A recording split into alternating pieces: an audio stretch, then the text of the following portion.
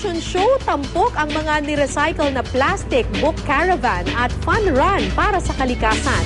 Ilan lamang po yan sa mga aktibidad na isinagawa para gunitain ang Earth Day sa Pilipinas. May news to go si Haji Rieta. Umabot sa 7,000 ang nakilahok sa isang fun run na inilunsad ng National Geographic Channel sa Bonifacio Global City para sa selebrasyon ng Earth Day sa bansa. Layon daw nito nagisingin ang mga Pilipino para sa pangangalaga sa kalikasan. Nahati sa 4 na kategoryang nasabing aktibidad, ang 21K, 10K, 5K at 3K. Lahat nag-enjoy dahil nakapag-workout na raw sila, nakatulong pa sila sa pangangalaga sa kalikasan. Sa Pasay City naman, maaga pa lang binuksan na sa publiko ang iba't ibang booth. Tari-sari ang gimmick ng mga grupong nakisa, gaya ng grupong ito na animoy mga zombies. Ito raw ang panawagan nila sa mga tao na tila nagbubulag-bulagan sa pangangalaga sa kalikasan. Ang Haribon Foundation, isang book caravan ang sinagawa sa CCP, kung saan tampok ang mga libro kung paano alagaan ang ating kalikasan. Increasing awareness for environment, because that's the first step. We have to know what is wrong with the environment, what's happening to the environment, the state of the environment, and how we can correct all these things.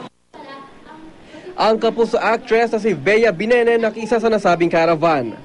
Sinasabi nila kabataan ang pag-asa ng bayan. So, saan tayo namumuhay sa kalikasan? Kung wala tayong kalikasan, walang kabataan, wala tayong pag-asa. Ibinida naman sa isang fashion show na ito ang mga bag na gawa sa ni-recycle na plastic. Sinabayan pa ito ng mga banda. Nagpakitang gilas naman ang grupong ito na mula pa sa Africa. Tumugtog din gamit ang tambol kasabay ng pagsayaw nila ng kanilang African dance. Ang Greenpeace na taon-taon raw nakasali sa selebrasyong ito nanawagan sa lahat na pangalagaan ang kalikasan. Siguro ang focus ngayon is yung mga iba't ibang ginagawa ng bawat tao. It's people coming together, doing their own little thing, na pag pinagsama-sama mo, malaking bagay yon. Sa booth naman na ito ay pinakita kung paano pinapagana sa pamamagitan ng solar energy ang ilang mga gamit. The most exciting thing that I was able to see was this solar-powered windmill here. It's a small design of what could be created on a larger scale to help the environmental issues here in the Philippines.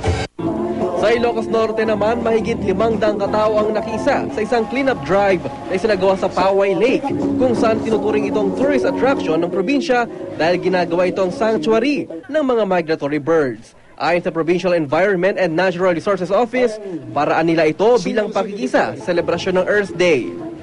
Sa mga susunod na araw ay magsasagawa rin daw ng malawakang paglilinis sa Lawag River at sa ilang bahagi ng sand dunes.